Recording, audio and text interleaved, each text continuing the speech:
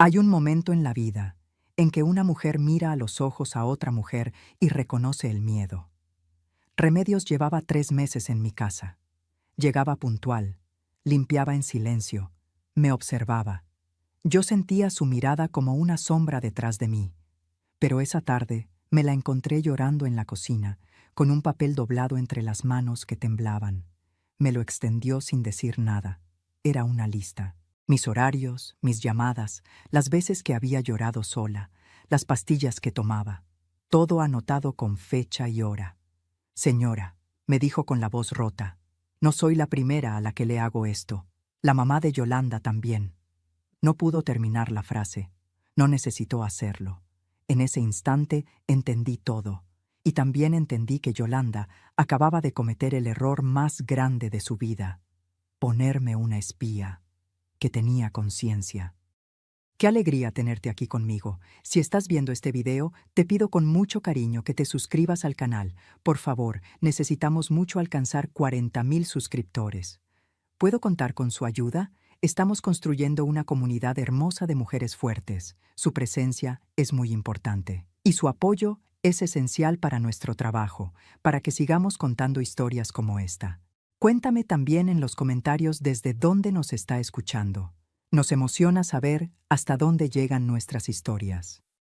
Tomé ese papel con las 2 manos, lo sostuve como si fuera algo frágil, como si pudiera deshacerse si lo apretaba demasiado, aunque en mi interior algo me decía que debía apretarlo con toda la fuerza que tenía, que debía grabarlo en mi memoria, línea por línea, palabra por palabra, porque cada una de esas palabras era una pieza de algo que yo todavía estaba tratando de entender en su totalidad. La cocina estaba en silencio, no el silencio tranquilo de las mañanas cuando yo preparaba el café y escuchaba el mundo despertar despacio, ese silencio tibio y conocido que me había acompañado tantas veces, sino un silencio denso, espeso, del tipo que solo existe cuando algo irreversible acaba de ocurrir. Cuando el aire mismo parece haberse detenido para ser testigo de lo que está pasando. La luz de la tarde entraba por la ventana pequeña sobre el fregadero y caía sobre el papel con una crueldad casi poética, iluminando cada anotación como si quisiera asegurarse de que yo no pudiera ignorar ni una sola letra, ni un solo detalle de lo que alguien había estado haciendo dentro de los límites de lo que yo creía que era mi hogar. Leí la primera línea.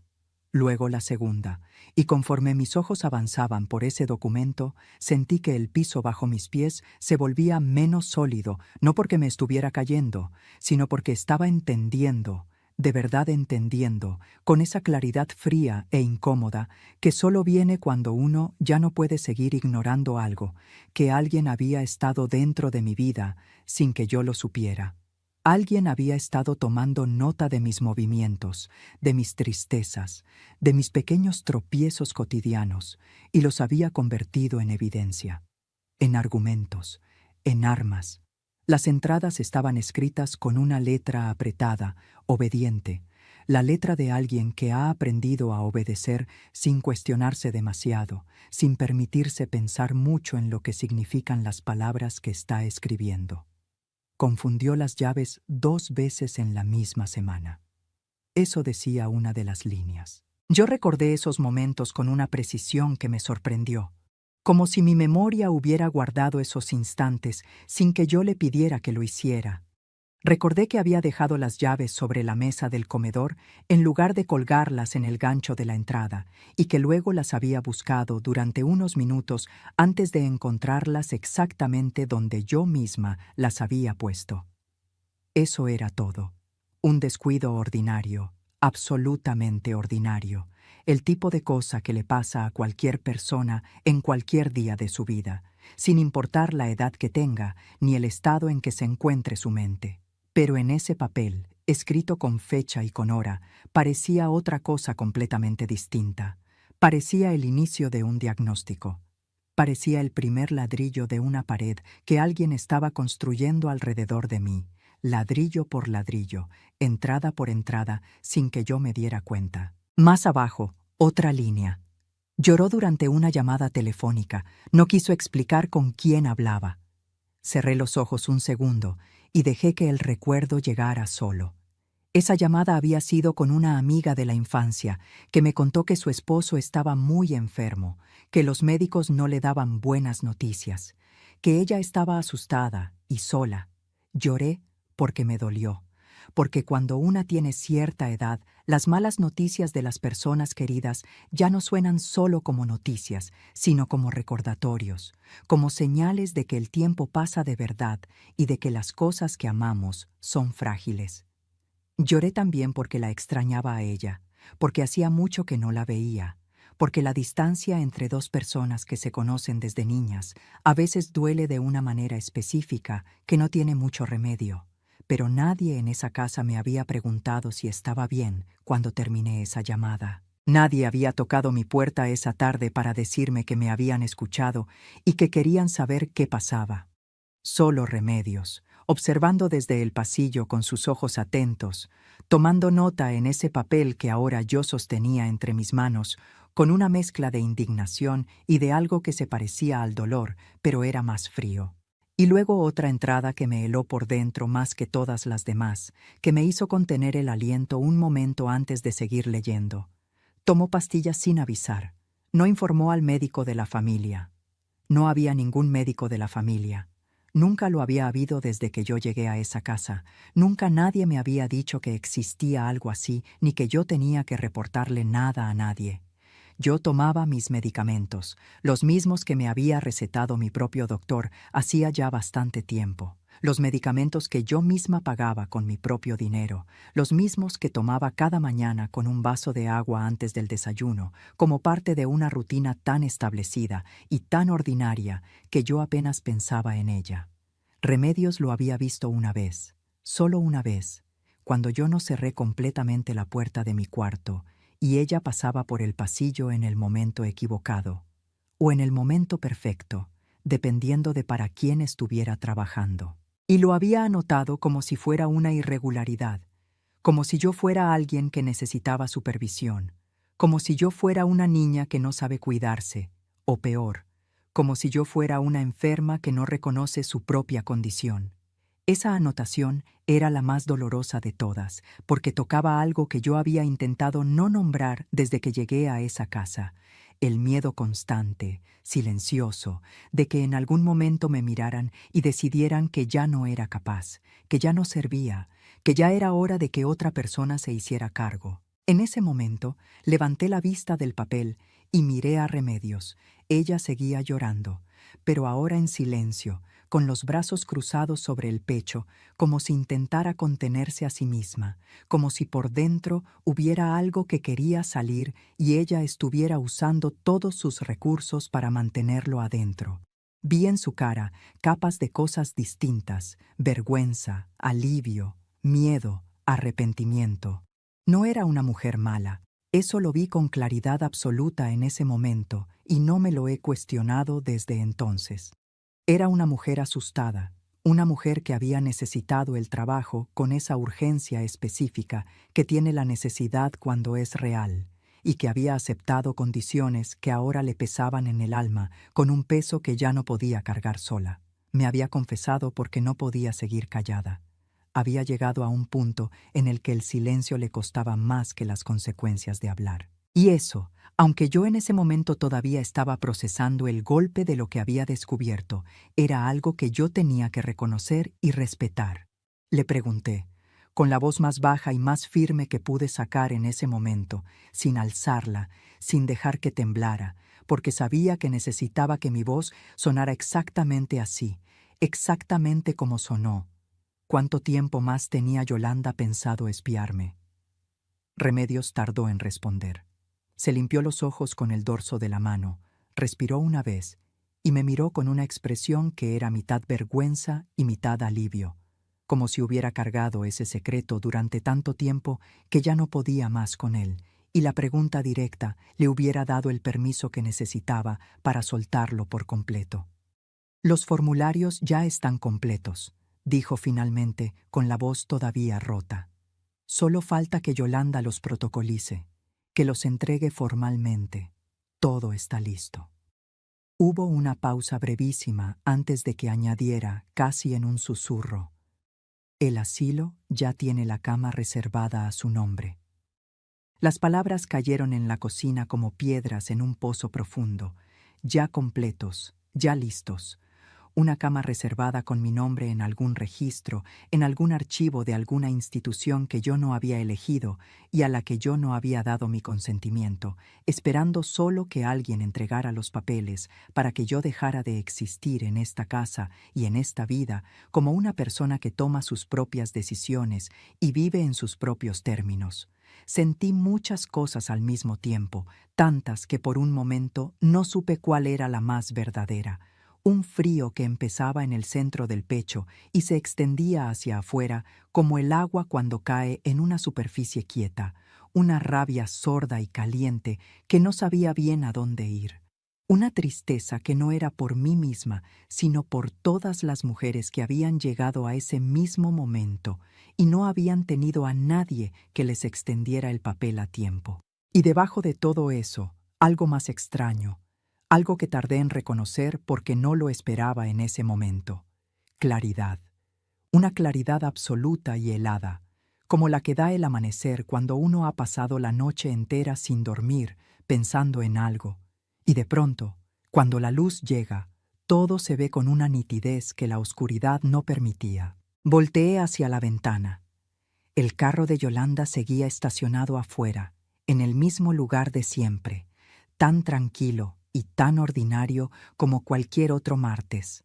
La camioneta oscura que Yolanda conducía con esa suficiencia silenciosa que tenía para todo, para entrar a una habitación, para dar una orden, para mirarme cuando creía que yo no me daba cuenta. Y algo dentro de mí se acomodó en su lugar con un clic que no hizo ruido, pero que yo sentí en todo el cuerpo. No era desesperación lo que sentí al mirar ese carro.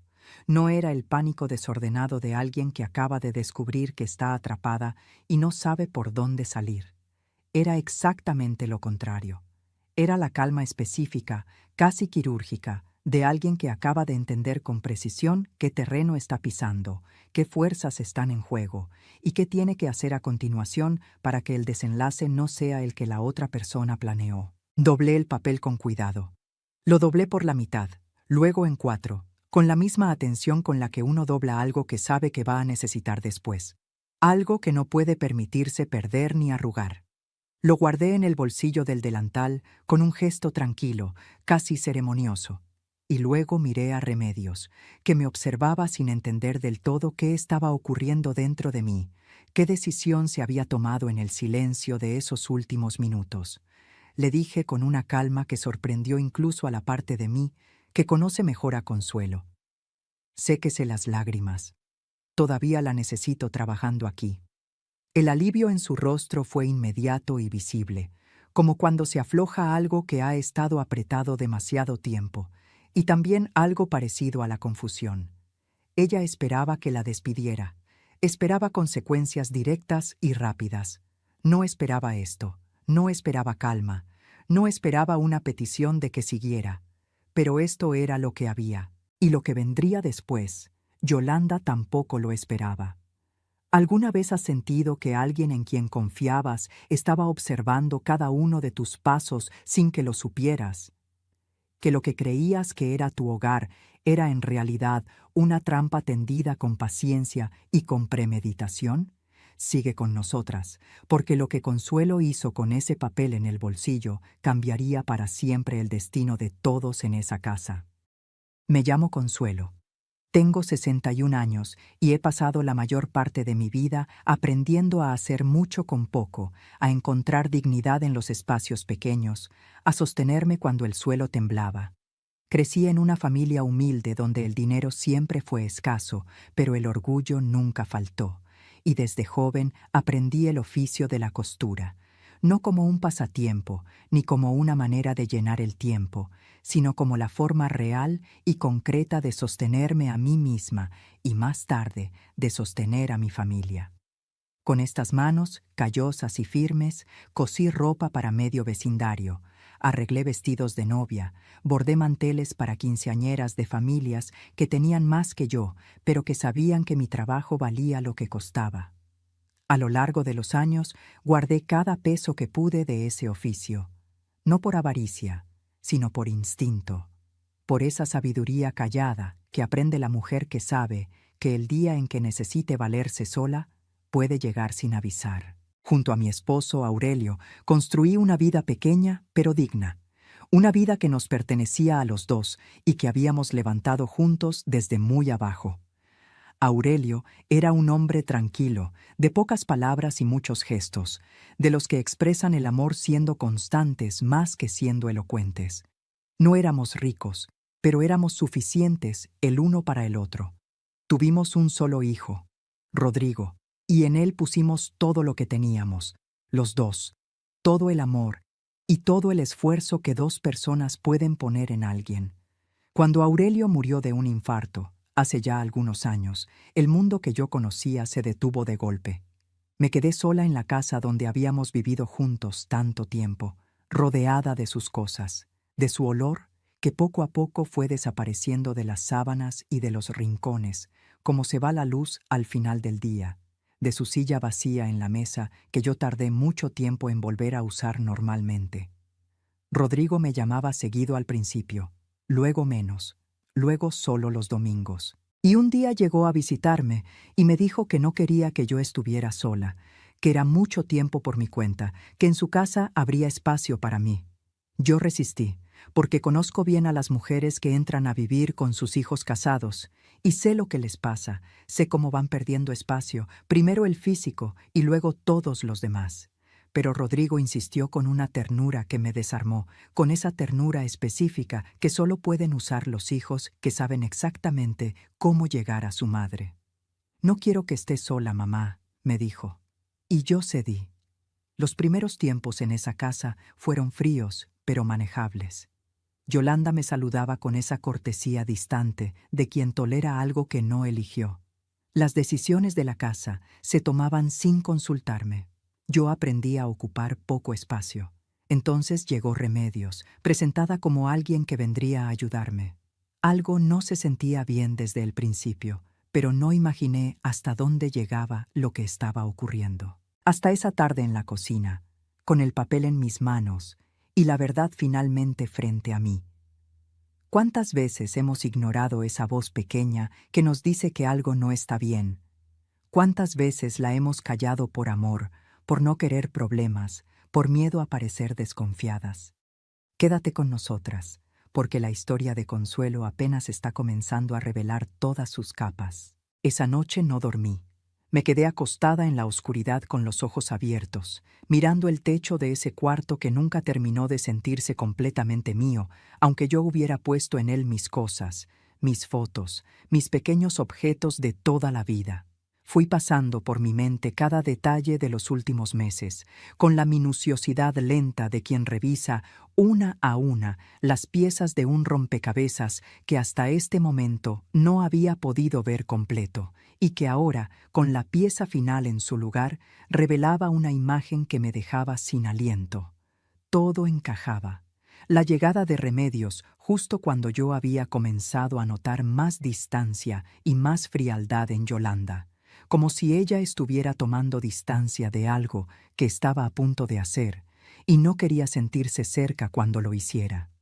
Los momentos en que yo encontraba a Remedios cerca de mi cuarto sin razón aparente, doblando una toalla que ya estaba doblada, limpiando una superficie que ya estaba limpia. La forma en que Yolanda me miraba a veces durante la cena, con esa expresión evaluadora que yo había intentado descifrar sin éxito durante meses. Todo había sido parte de un plan, no una reacción impulsiva ni una decisión tomada en un momento de enojo. Un plan construido con paciencia, con método, con la frialdad de alguien que sabe exactamente lo que quiere y ha pensado cómo conseguirlo. Eso era lo que más me perturbaba en esa oscuridad mientras la casa dormía. No la traición en sí, aunque eso también dolía con una intensidad que no tenía nombre exacto, sino la arquitectura de lo que Yolanda había construido, la deliberación, el tiempo que había invertido, Eso no era el impulso de alguien que actúa desde la rabia o desde el miedo. Era algo diferente. Era un método. Antes de que el sol saliera, ya había tomado mi decisión. Pero les mentiría si dijera que llegué a ella fácilmente.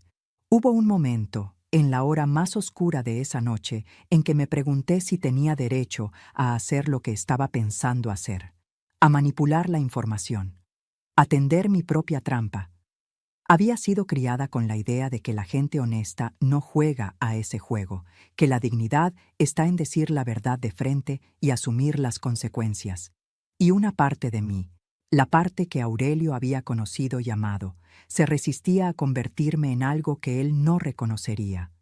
Pero luego pensé en Dolores, pensé en su mano sola, y entendí que hay momentos en que la honestidad sin estrategia no es virtud, es ingenuidad, que cuando el otro lado ya rompió todas las reglas, aferrarse a ellas no es nobleza, es rendirse. Así que me permití ese conflicto, lo sostuve unos minutos en la oscuridad y luego lo solté. No con ligereza, sino con la decisión de quien sabe lo que está eligiendo y acepta el peso de esa elección. Cuando escuché a Remedios llegar a la cocina en la mañana temprana, me levanté, me lavé la cara, me arreglé despacio con esa calma que uno practica cuando sabe que el día que tiene por delante va a requerir de ella, y fui a encontrarla antes de que Yolanda despertara. La cocina estaba apenas iluminada por la claridad gris de la mañana que comenzaba a filtrarse por la ventana pequeña, y en esa luz todavía escasa, Remedios me miró con los ojos hinchados del llanto del día anterior y una expresión que mezclaba el alivio de haber confesado con la incertidumbre de no saber qué vendría ahora. Me senté frente a ella en la mesa pequeña, donde yo tomaba mi café en silencio, mientras el resto de la casa dormía, y le hablé en voz baja, con la calma de quien ha pasado la noche entera pensando cada palabra que va a decir. Le dije que no la iba a despedir. Le dije que seguiría recibiendo su pago, que yo misma me encargaría de eso con mis propios ahorros si era necesario, con el dinero que había guardado durante años de costura y que ahora entendía que la vida había estado guardando para exactamente este momento. Y le dije lo que necesitaba de ella, que siguiera reportando a Yolanda exactamente como lo había hecho hasta ahora, con la misma regularidad y con el mismo formato, pero que de ahora en adelante solo reportaría lo que yo le dijera que reportara. Remedios me miró fijamente durante un momento que se sintió largo. ¿Y si Yolanda se da cuenta?, me preguntó con una voz que todavía cargaba el miedo de la noche anterior. No se va a dar cuenta, le dije, porque vas a seguir siendo la misma Remedios de siempre, con la misma rutina, con la misma actitud, solo que ahora vas a trabajar para mí. Hubo un silencio breve pero significativo. Luego le pregunté lo que llevaba horas queriendo saber, la parte de la historia que ella había comenzado a contarme el día anterior y no había podido terminar. Le pregunté por la madre de Yolanda. Remedios cerró los ojos un momento, como preparándose internamente para cargar algo pesado, como alguien que toma aire antes de levantar un peso. Cuando los abrió, me contó. La madre de Yolanda se llamaba Dolores. Era una mujer mayor, viuda también, que había vivido con Yolanda y su primer esposo cuando Yolanda todavía estaba en ese matrimonio anterior, antes de Rodrigo, antes de esta casa, antes de todo lo que yo conocía de ella. Remedios había trabajado en esa casa también. Y me confesó algo que se le había quedado clavado todos estos años, que en aquella primera vez no entendió del todo lo que estaba haciendo, que Yolanda le había dicho que era para proteger a Dolores, que la señora tenía episodios de confusión, que los reportes eran para ayudar al médico a llevar un seguimiento. Remedios era más joven entonces, necesitaba el trabajo con una desesperación que no le dejaba espacio para preguntar demasiado. Solo cuando todo terminó, cuando Dolores fue llevada y no regresó, entendió la magnitud de lo que había hecho con su silencio, y esa comprensión tardía fue la que la había traído, años después, a mi cocina, con el papel entre las manos y el llanto que no podía contener. Remedios había hecho exactamente lo mismo que estaba haciendo ahora conmigo: observar, registrar, documentar los tropiezos cotidianos de una mujer mayor hasta convertirlos en un expediente que pareciera justificar una decisión que ya estaba tomada de antemano. El esposo de Yolanda en aquel entonces había firmado los documentos de internación sin entender bien lo que firmaba. Yolanda se los había presentado, mezclados con otros papeles sin importancia, en un momento de prisa y distracción, diciéndole que eran trámites del seguro médico de Dolores. El médico que los avaló era un conocido de Yolanda que había redactado un informe hablando de deterioro cognitivo leve con riesgo de agravamiento. Un diagnóstico lo suficientemente vago para ser difícil de refutar y lo suficientemente técnico para sonar convincente. Él firmó sin leer lo que firmaba, y Dolores fue llevada a un asilo. Remedios me dijo que Yolanda nunca fue a visitarla después de eso, que Dolores murió en ese lugar, en una habitación que no era la suya, rodeada de personas que no la conocían, sin que su hija estuviera presente para decirle adiós, sin que ningún familiar estuviera ahí para tomar su mano en el momento final.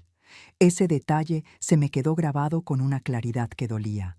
La mano de Dolores, sola, sin nadie que la sostuviera. Sentí algo moverse dentro de mí cuando escuché todo eso. Algo que no era solo miedo ni solo rabia, sino una especie de reconocimiento oscuro y visceral. Yo estaba mirando mi propio futuro posible. El futuro que Yolanda ya había ensayado una vez con su propia madre, con su propia sangre, y que ahora pensaba repetir conmigo. Lo que hacía todo más escalofriante era precisamente eso, que no era la primera vez, que Yolanda no estaba improvisando, que sabía exactamente lo que hacía porque ya lo había hecho y le había funcionado, y eso me decía algo importante sobre con quién estaba tratando, algo que yo tenía que tener muy presente. Pero entender la frialdad de Yolanda también me permitió entender algo más, su mayor vulnerabilidad.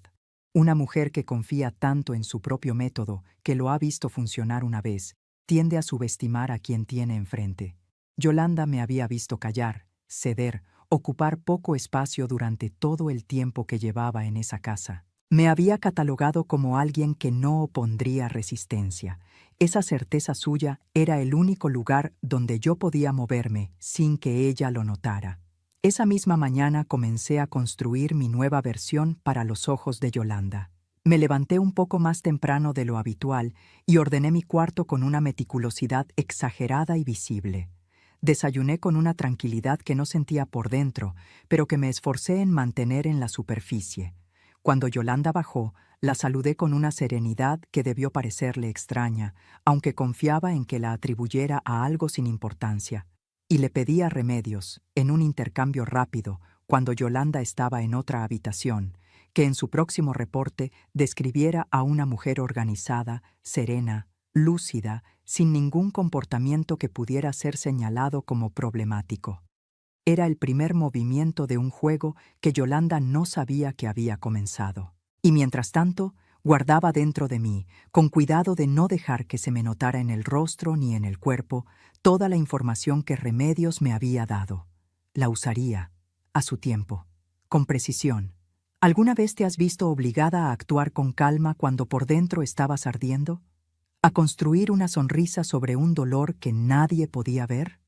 Hay mujeres que aprenden eso con los años, no porque quieran, sino porque la vida no les dejó otra opción. Sigue con nosotras, porque Consuelo apenas comenzaba a mover las piezas del tablero. Si te está gustando esta historia, por favor, asegúrate que ya está suscrita al canal. Necesitamos mucho alcanzar 40,000 suscriptores. ¿Puedo contar con su apoyo a nuestro trabajo? Los días que siguieron fueron una especie de teatro sostenido, una actuación que yo representaba desde adentro hacia afuera en cada momento de cada día, y en la que nadie en esa casa sabía que estaba ocurriendo. Me moví por los espacios de esa casa con una calma que no sentía, pero que había decidido habitar como si fuera una segunda piel, como si fuera mía de verdad. Organizaba mis cosas con un cuidado visible y consistente. Mis medicamentos en fila ordenada sobre el tocador, mi ropa doblada con precisión, mis llaves siempre en el mismo gancho a la entrada, sin variación ni descuido. Respondía con paciencia cuando me hablaban. No perdía nada, no confundía nada, no lloraba donde pudieran verme. Era la imagen exacta de lo que Yolanda no necesitaba que yo fuera. Una mujer estable, organizada, presente en sí misma, sin ninguna grieta visible por donde pudiera colarse una justificación para lo que ella estaba planeando. Y Remedios reportaba exactamente eso, con la puntualidad y la consistencia de siempre. Al principio, Yolanda no dijo nada directamente, pero yo la observaba también, con la misma atención callada y sostenida con la que ella me había estado observando a mí durante meses, y podía ver en su rostro que algo le incomodaba. Había una pequeña arruga entre sus cejas cuando me miraba a veces durante la cena, un gesto apenas perceptible de desconcierto, como cuando uno espera que algo ocurra y no ocurre, y no sabe bien cómo reaccionar ante esa ausencia. Esperaba que yo le diera material, que me equivocara en el momento equivocado, que me confundiera, que llorara, que hiciera alguna de esas cosas que ella ya tenía catalogadas en su método, y yo no lo hacía. Una tarde escuché desde el pasillo, sin buscarlo, una conversación entre Yolanda y Remedios. Yolanda hablaba con voz baja pero tensa, con esa tensión contenida de alguien que está acostumbrado a no perder el control, pero que está siendo empujado hacia ese límite. Necesito que seas más específica, le decía. Lo de la semana pasada no me sirve. Necesito cosas concretas, ¿entiendes? Algo que se pueda documentar. Remedios respondió algo que no alcancé a escuchar con claridad. Y luego Yolanda añadió con una frialdad que me recorrió la espalda de arriba abajo. Si no puedes darme lo que necesito, tendré que buscar a alguien que sí pueda. Era una amenaza directa. Y era también una señal de alerta que yo no podía ignorar. Yolanda estaba empezando a sospechar que algo había cambiado en los reportes, que ya no recibía la información que esperaba y estaba considerando reemplazar a Remedios por alguien que yo no conociera, alguien que yo no pudiera influenciar. Eso me dijo que no podía seguir esperando el momento perfecto. Necesitaba encontrar los documentos antes de que Yolanda tomara esa decisión y empezara de nuevo con alguien diferente. Esa noche hablé con Remedios cuando la casa estaba quieta y Rodrigo y Yolanda ya se habían retirado a su cuarto. Le expliqué lo que necesitaba. Ella sabía dónde Yolanda guardaba sus papeles importantes. Lo había notado en distintos momentos durante el tiempo que llevaba trabajando en esa casa.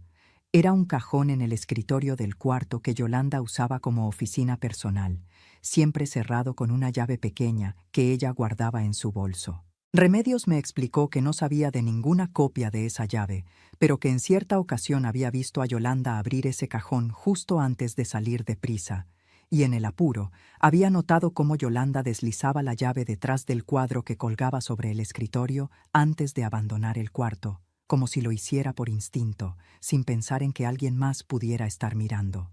Era el tipo de hábito pequeño que la gente forma sin darse cuenta.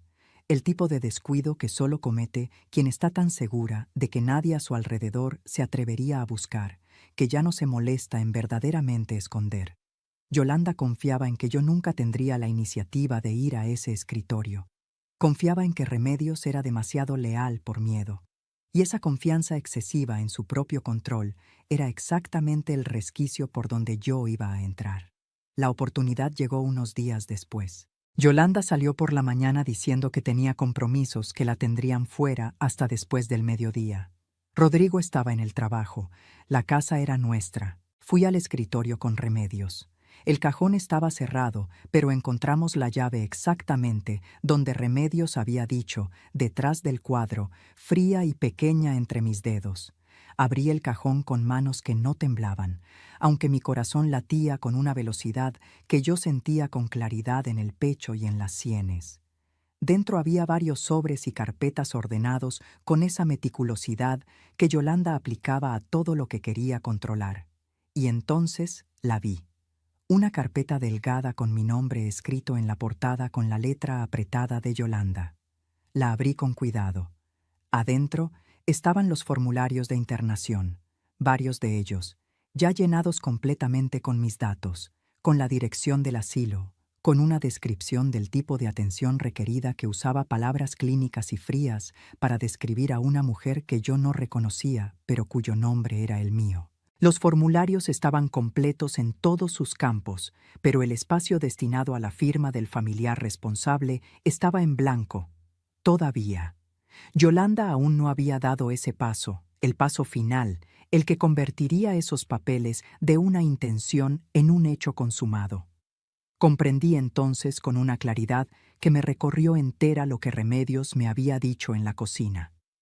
Los formularios estaban listos, el asilo tenía la cama reservada de manera informal, y Yolanda esperaba el momento que ella considerara oportuno para obtener la firma de Rodrigo y protocolar la entrega.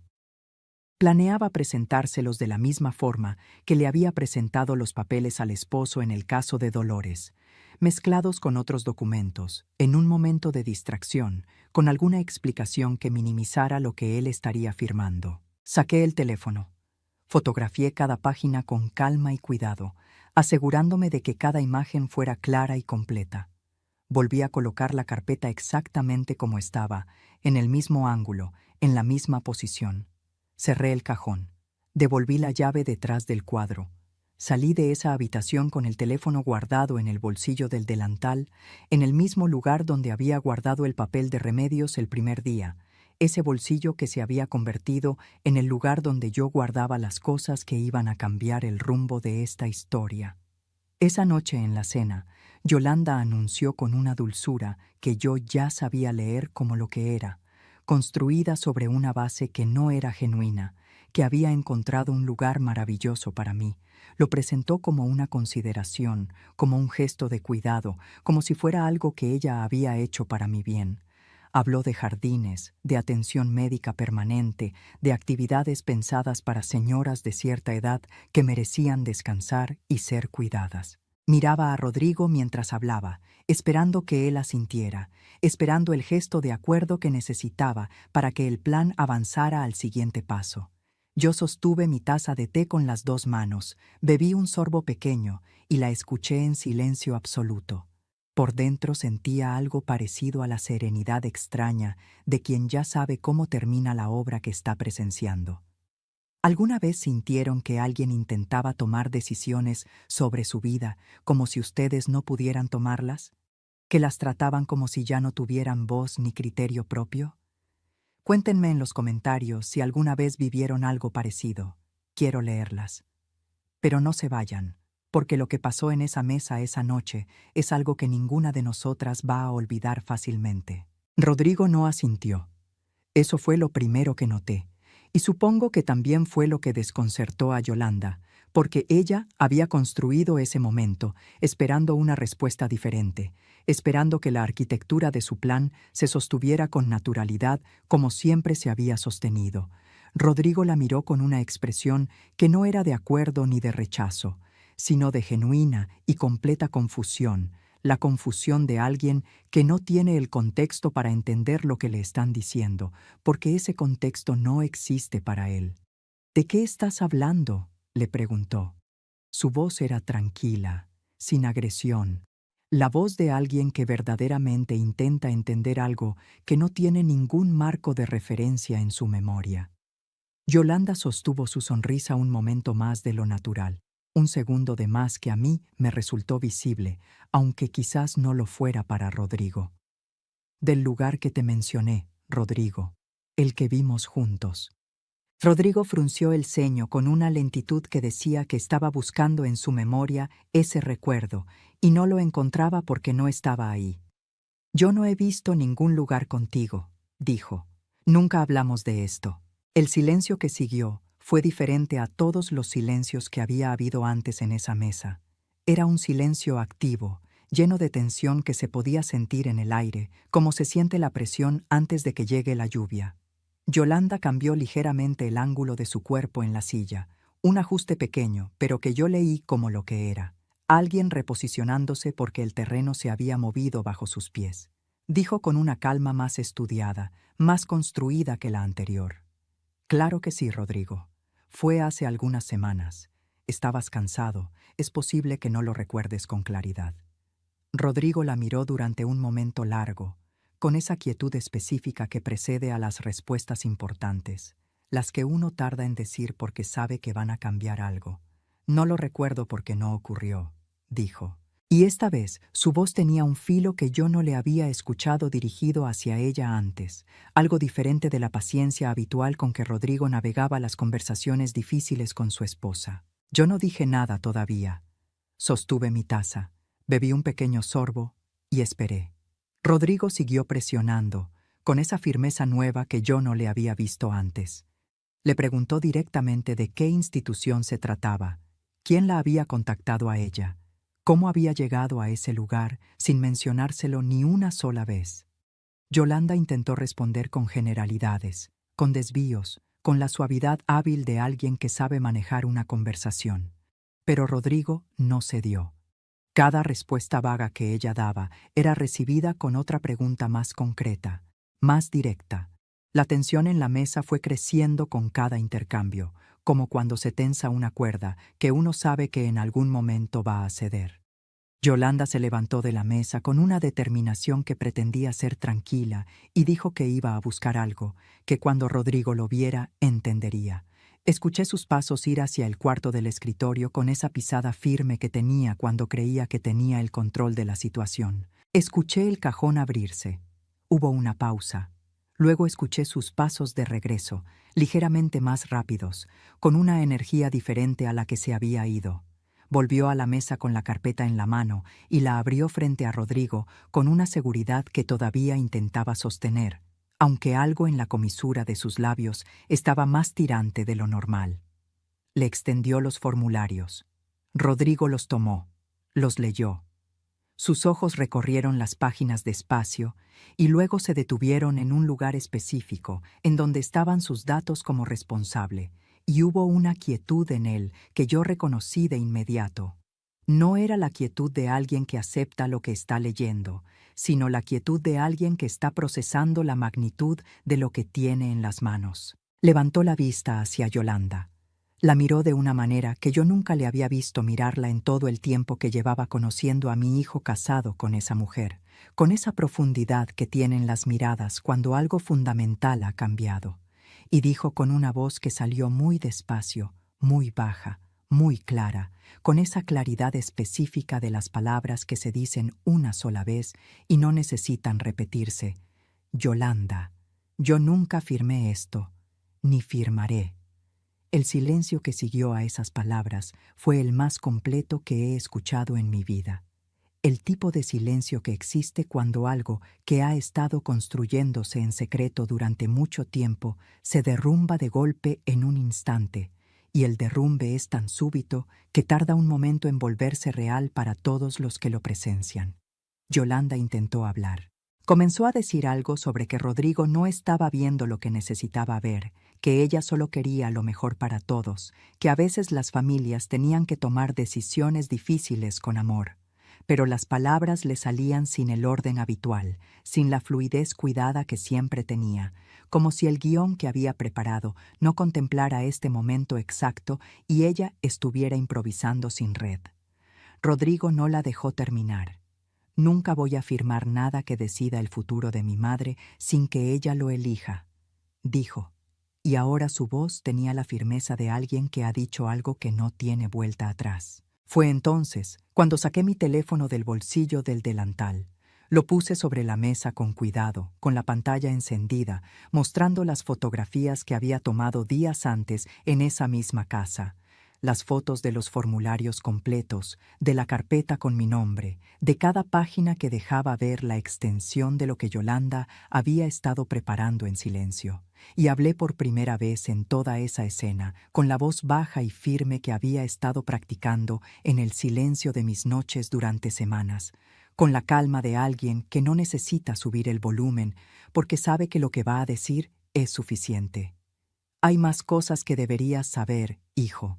Cosas sobre la mamá de Yolanda y sobre cómo ella murió. Vi el momento exacto en que Yolanda comprendió que había perdido. No fue un gesto dramático, no fue un llanto ni un grito ni una acusación. Fue algo mucho más pequeño y mucho más definitivo. Sus manos soltaron la carpeta sobre la mesa y por primera vez desde que yo la conocía no supo qué hacer con ellas. Las dejó quietas sobre el mantel como si hubieran olvidado a qué venían. Rodrigo me miró. Luego miró a Yolanda.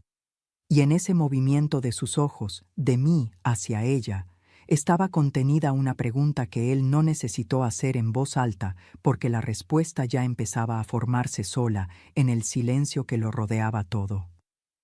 ¿Alguna vez creíste que ya sabías cómo terminaría algo y de pronto todo cambió en un instante? ¿Que la verdad llegó de una manera que nadie esperaba? Quédate hasta el final, porque lo que vino después de esa noche es lo que más importa de toda esta historia. Los días que siguieron a esa noche fueron lentos y pesados, con esa lentitud específica que tienen los días en que algo grande se está derrumbando, pero todavía no ha terminado de caer. Cuando uno vive en la brecha entre lo que ya no puede seguir siendo y lo que todavía no sabe exactamente qué será. Rodrigo no durmió bien esa noche. Yo podía saberlo por los sonidos de la casa, por los pasos que escuché en el pasillo en las horas pequeñas, por la luz que vi filtrarse bajo su puerta cuando el resto del mundo estaba quieto. Al día siguiente se levantó temprano y sin decirle a nadie a dónde iba, salió. Regresó horas después con una expresión que yo reconocí porque es la expresión de alguien que ha ido a confirmar algo que esperaba que fuera mentira y que ha regresado con la certeza de que no lo era. Había llevado los formularios a alguien que entendiera del asunto. Le confirmaron que su nombre había sido usado sin su consentimiento, que los documentos tenían un peso legal que no podía ignorarse, que lo que Yolanda había hecho tenía un nombre concreto y consecuencias concretas que él tendría que decidir cómo manejar. Lo que siguió no fue una resolución rápida ni limpia. Fueron días tensos, habitados por una incomodidad que impregnaba cada rincón de esa casa. Rodrigo y Yolanda tenían conversaciones largas con la puerta cerrada y yo escuchaba desde mi cuarto, sin querer escuchar pero sin poder evitarlo, voces que a veces subían y otras caían en silencios que se extendían durante horas, como si alguno de los dos hubiera dicho algo que dejara al otro sin palabras para responder. El peso de esos días era diferente al peso de los anteriores. Antes había una amenaza que yo veía venir y que me mantenía alerta. Ahora la amenaza estaba desarticulada, pero el daño seguía ahí, visible, y todos en esa casa lo respiraban. Yolanda intentó varias versiones de lo que había ocurrido, cada una diferente de la anterior, cada una buscando el ángulo desde el que su decisión pudiera parecer justificable o al menos comprensible. Intentó la versión de que solo quería mi bienestar, que el lugar al que había pensado llevarme era realmente bueno, que Rodrigo no estaba viendo las señales de que yo necesitaba más cuidado del que podía recibir en esa casa. Rodrigo le preguntó por qué había preparado documentos sin consultarle. Ella no tuvo respuesta que se sostuviera. Luego intentó la versión del llanto genuino, de que ella había estado muy estresada últimamente, de que había tomado decisiones mal sin pensar bien en las consecuencias, de que lo sentía con todo el corazón. Rodrigo le preguntó por Dolores, por su propia madre, por lo que yo le había explicado esa noche, con el teléfono sobre la mesa. Yolanda no respondió esa pregunta. La dejó caer al piso entre los dos y se quedó en silencio. Y ese silencio fue la respuesta más completa y más honesta que pudo haber dado en ese momento, porque algunas preguntas no tienen respuesta que se pueda decir en voz alta. Rodrigo necesitó varios días más antes de tomar la decisión que finalmente tomó. Yo lo vi procesarlo desde la distancia respetuosa que él necesitaba, sin presionarlo, sin empujarlo, dejando que llegara solo a donde tenía que llegar. Una tarde, cuando ya habían pasado bastantes días desde aquella cena, vino a mi cuarto. Tocó la puerta con una suavidad que me detuvo un momento antes de responder, porque era la suavidad de alguien que no está seguro de tener derecho a entrar, de alguien que está cargando algo que no sabe bien cómo soltar. Me lo encontré sentado en la silla pequeña junto a la ventana, con las manos juntas entre las rodillas y la mirada en el piso, en ese lugar específico donde la gente mira cuando está mirando hacia adentro más que hacia afuera. Me senté frente a él en la orilla de la cama y esperé. Tardó en hablar. Cuando lo hizo, su voz era la voz de un hombre que está cargando algo demasiado pesado para seguir cargándolo solo y que ha decidido, finalmente, pedir ayuda, aunque eso signifique admitir que debió haberla pedido antes. Me dijo que le había pedido a Yolanda que se fuera de la casa mientras él tomaba el tiempo que necesitaba para decidir qué hacer, que necesitaba espacio para pensar, que estaba tratando de entender cómo era posible que no hubiera visto nada, que no hubiera notado nada, que hubiera estado tan cerca y tan lejos al mismo tiempo. Me pidió perdón. No con palabras grandes ni con frases elaboradas que buscaran cubrir mucho con pocos gestos. Me lo pidió con esa sencillez rota que tienen los perdones verdaderos, los que vienen del lugar donde duele reconocer que fallaste a alguien que no merecía ser fallado. Yo lo miré durante un momento largo. Pensé en todo lo que había vivido bajo ese techo desde que llegué, en los silencios de Yolanda que llenaban los cuartos como un clima que nadie nombraba pero todos respiraban. En las noches que había llorado sin hacer ruido para no incomodar a nadie, para no ser más peso del que ya sentía que era. En las veces que había recogido mis cosas del lugar donde las había dejado, porque alguien las había movido sin preguntarme, como si los espacios que yo ocupaba fueran prestados irrevocables. Pensé en los meses que había vivido siendo observada como un problema a resolver, catalogada en ese papel frío como una mujer que confunde llaves y llora sola, sin que nadie me preguntara cómo estaba de verdad.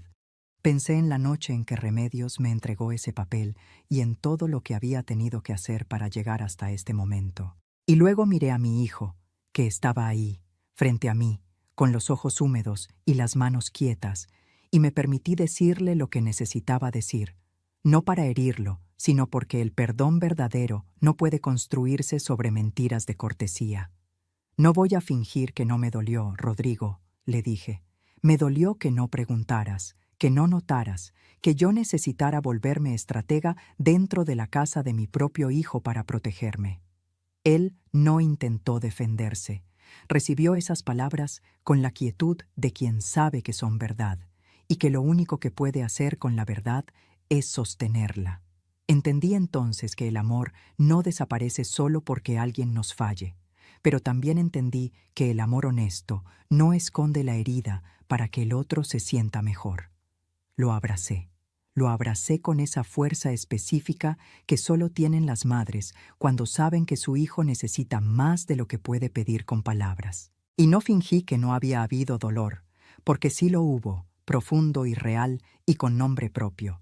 Pero tampoco dejé que ese dolor fuera la última palabra entre nosotros, porque él no era el enemigo, nunca lo había sido, y eso también era una verdad que merecía ser sostenida. Unos días después llegó el momento de despedirme de Remedios. Llegó un día común, sin anuncio, con esa naturalidad que tienen los momentos que importan cuando uno no los dramatiza. Le entregué su pago, el doble de lo acordado, en un sobre cerrado que puse entre sus manos con las dos mías, sin prisa, sin discurso. Ella lo sostuvo sin abrirlo y me miró. Le di también una carta que había escrito a mano la noche anterior, con esa letra apretada y firme con la que había cosido tantas cosas a lo largo de mi vida, la letra de alguien que sabe que las palabras importan y que por eso no las desperdicia, pero tampoco las escatima cuando son necesarias. En la carta le decía que su valentía había cambiado el rumbo de una historia que podría haber terminado de manera muy diferente para mí, que había hablado cuando hubiera sido mucho más fácil y más seguro guardar silencio, que había elegido la conciencia sobre la comodidad y que eso no era poca cosa, que no iba a olvidar lo que había hecho. Remedios leyó la carta ahí mismo, de pie en la puerta, con la luz de la mañana cayendo sobre las páginas. Cuando terminó, tenía los ojos brillantes y una expresión que yo reconocí como la de alguien que ha llevado culpa durante mucho tiempo y acaba de recibir permiso para soltarla. Nos abrazamos. Fue un abrazo breve pero verdadero, del tipo que no necesita durar mucho tiempo para decir todo lo que tiene que decir. La vi alejarse por la calle y me quedé un momento en la puerta, sintiendo el aire de la mañana en la cara, ese aire limpio que tiene la mañana cuando uno ha dormido bien por primera vez en mucho tiempo. Meses después, tomé la decisión que había estado madurando en silencio desde aquella tarde en la cocina con el papel entre mis manos. Volví a mi propia casa. No me fui con rencor acumulado ni con la necesidad de que alguien me viera marcharme. Me fui con algo que Yolanda, sin quererlo, me había devuelto al intentar quitármelo para siempre: mi autonomía, mi capacidad de tomar mis propias decisiones, de vivir en mis propios espacios, de ser la dueña de mis propios días y de mis propias noches, y de mis propias llaves, y de mis propios medicamentos, y de cada cosa pequeña y grande que compone una vida que me pertenece. Hay mujeres que pasan por el fuego y salen de él más sabias, no porque el fuego no las quemara, sino porque aprendieron a reconocer el calor antes de que llegaran las llamas. Yolanda pensó que mi silencio era debilidad. Pensó que porque yo no gritaba, no veía. Pensó que porque yo no confrontaba, no sabía. Pero hay mujeres que no gritan cuando las hieren. Esperan, observan, piensan. Y cuando llega el momento adecuado, no necesitan vengarse ni pedir justicia en voz alta. Solo necesitan que la verdad hable por ellas. Y la verdad, cuando llega, siempre es suficiente. Si te gustó esta historia, haz clic en este próximo video que está apareciendo en la pantalla, porque la próxima traición supera todo lo que has visto hasta ahora. Y no te olvides suscribirte en el canal, para que no te pierdas ni una sola historia.